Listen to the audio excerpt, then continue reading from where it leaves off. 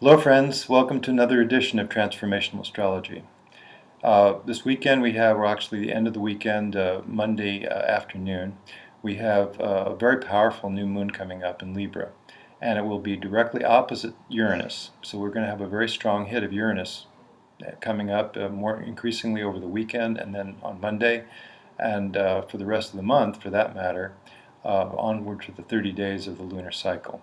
Now, what is a strong Uranus going to be all about? Well, for one thing, there's unexpected events, surprises, surprising enlightenment, epiphanies. Synchronicity is another key word for Uranus, and all these things are going to be very up for us, especially considering all the other interplanetary aspects that really hit this Uranus degree and this intensify this new moon that's coming up, this Libra new moon at the 20th degree of Libra. So I want to remind you too to subscribe to the YouTube channel that we have going so you won't miss anything. Just keep you in touch with what we're sending out on what's coming up with these lunations that are so powerful as we hit the end of the year.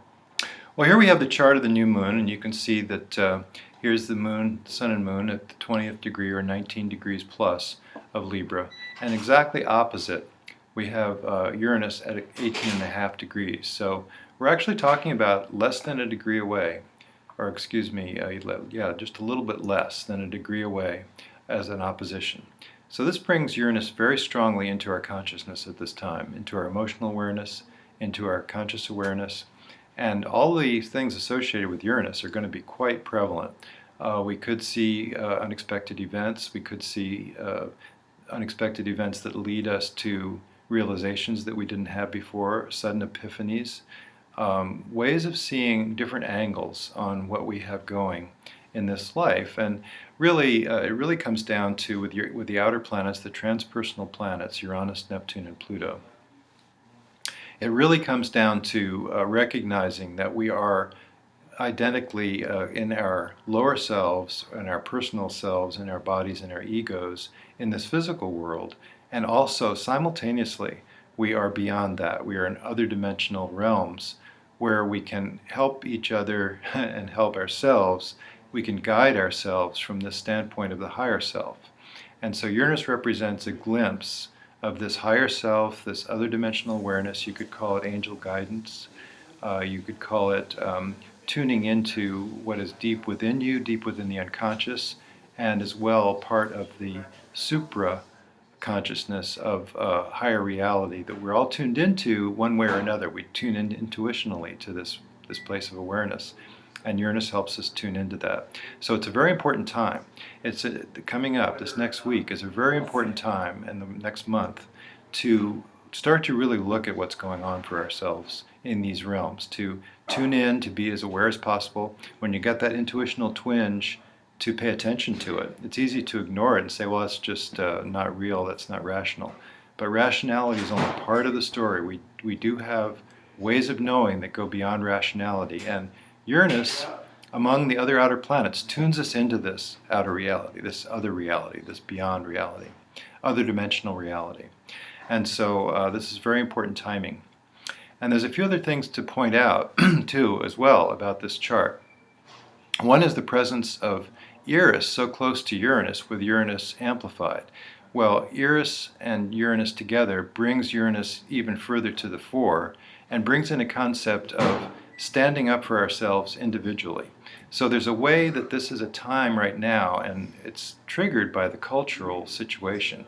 We have a dire cultural situation, and we have a timing now, and toward this end of the year, toward the end of the decade, up until 2020, so to speak, is a very powerful time of change, increasing change, just like the 60s were. The beginning of the 60s looked a lot like the 50s, but as you got more and more into what the actual thing was about, we saw a lot of anti-establishment sentiment, the idea that we were on the wrong track as a culture, and that's brought about massive change in the culture. Witness the recent presidential election, when the two strongest candidates, both on the Democratic side, were a black man and a woman, which is very, very 60s and not the normal status quo that we've been seeing in this country for many years. That's talking about America, of course. Well, now we have the opportunity to stand up for ourselves. So there's a big impulse now with Eris It's all about what we can do individually that just comes from deep inside ourselves, that only you yourself understand what it is that you need to do in this life to contribute. And it might be working as a nurse, it might be helping the sick and wounded, it might be helping people that are needing help with psychological issues or with peace issues, to see that there's a way beyond war. There's so many things that need to happen, and there's so many different talents that each one of us has to make that a better situation, and each one of us needs to stand up. And once we do, once each one of us does, guess what? The world changes. Even when one person stands up, the world changes. So that's an important thing to recognize. Talking a little bit more about what's happening in this configuration, we also see that besides Uranus, which takes us way outside of the bounds of normal reality, we have Saturn also very emphasized. Saturn is exactly squared to Venus, and so and Saturn also makes an aspect to Uranus. It is a sesquiquadrate, a 135-degree aspect that is made between Saturn and Uranus. So that we can say that within 1.4, almost 1.5 degrees. So we can say that Saturn and Uranus are kind of, they're antithetical elements, and they're both involved in this configuration. So we will see also the reaction against moving forward at full speed ahead, which is to hold back and to say, gee, I can't change, I can't get out of my situation, it's not great, but it's working. So those are the conservative forces holding us back. So there's a lot of polarity right now, as we are seeing, and there's the impulse to hold back as well as the impulse to go forward. More of the impulse to go forward is realized by having Mars and Jupiter in close conjunction, and guess what? They are making aspects to Pluto. Jupiter right here at 13 degrees is making a really close aspect, a trine aspect to Pluto. And then Mars is coming along in a few more days, it'll be in the same place. So we have a strong emphasis on Pluto as well as a strong emphasis on Uranus, and we have Saturn in the picture. So this is just like the 60s. This is what we saw in the 60s when Uranus and Saturn were, when Uranus and Pluto were actually conjunct, and Saturn was involved in opposition. And we saw a lot of kind of the struggle to move on and to change and to get rid of things that aren't working, and the struggle, the reaction against that to keep the situation status quo. So I'll be seeing a lot of that in this next month and heading into the end of the year, which is a very powerful Uranus-Pluto time, as Uranus gets closer to its perfect square with Pluto. It gets to be about a degree away in January. Another thing that we might think about is we now have Mercury in Libra just having turned direct a few days ago, but sitting on the nodal axis, so that's a very strong position of Mercury. That's a very deep and thoughtful position still because of the retrograde that just finished. We have a very introspective and thoughtful time, and we have also, with Venus and Saturn invoked in a square, we have a very relationship-oriented time where there's focus on relationship, there's commitment to relationship, there's commitment to trying to solve some of the problems of the interpersonal realm between, we see actually also, if you right-click on this in the TimePassages software, you'll see that Venus is actually parallel to Mars. Venus is at 8.8 degrees or 8 degrees 46 minutes, whereas Mars is at 8.6 degrees, 8 degrees 36 minutes, very close together. There's a lot of parallels going on. It's interesting with Uranus and with Eris. Next summer, next June, they will be fully conjunct. So this is a real time of Uranus and Eris, which actually the entire period, if you take the 15 degrees that Rick Tarnas talks about in Cosmos and Psyche, that would be the entire decade, again, 2012 to 2020. And this is the time, the Occupy movement, the Arab Spring was just before that, a time when things are really in a revolutionary mode, as is indicated by Uranus and Eris in combination. Interestingly, the Occupy movement uses the Guy Fawkes mask, which comes from the Guy Fawkes 1605, the gunpowder plot, and that was during also another time of Uranus and Eris in conjunction. So it's quite interesting to see these interplanetary combinations and how they all form the backdrop of our individual lives, our individual free will, to do what we feel like we need to do if we can detect that. What is our underlying soul purpose, soul intention. And that's very much up for us over this next year entirely, and then in the summer especially, but even right now, toward the end of the year, it's very powerful. So this is a very important time, very intense time. Interpersonal relationships are up. A great deal of optimism, a great deal of desire for change. Our uniqueness is coming up, another key word for Uranus. And so we're seeing really a big turning of the ages. This is a time to remember what the quote from Goethe, which is so fantastic.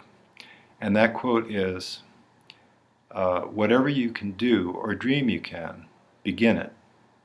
Boldness has genius, power, and magic in it.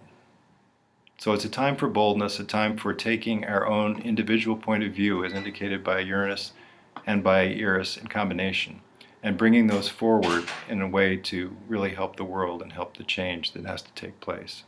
Well, as far as resources, I'd like to recommend books that tell us more about Uranus. I think it's a fascinating study and a very appropriate study for this time. And of course, the book I recommend the most is Richard Tarnas's book called Prometheus, where he discusses a revolutionary archetype of the Prometheus myth as related to Uranus, and it's a very powerful study, and he shows a lot of examples of how the timing of Uranus transits the 42-year opposition, which is about age 40, 42. And also, another book that's very important is a book called Freedom from the Known, which is the first book that Jeff Green did before he did his Pluto books. And it's less well known, but it's a fascinating book. There's also a book by Hayden Paul. Paul is his last name, and the book is called, I think it's called Revolutionary Spirit, about Uranus. Very good book also. So these are books about Uranus. And then actually Rick Tarnas's book, Cosmos and Psyche, is a very valuable resource for getting a better handle on what is it like when Uranus is in combination with these outer planets. What is that as an indication of what is the Uranian archetype very specifically? And it's a terrific study if you want to take the time to look into it. He talks about combinations such as Jupiter-Uranus when there were many scientific breakthroughs all simultaneous.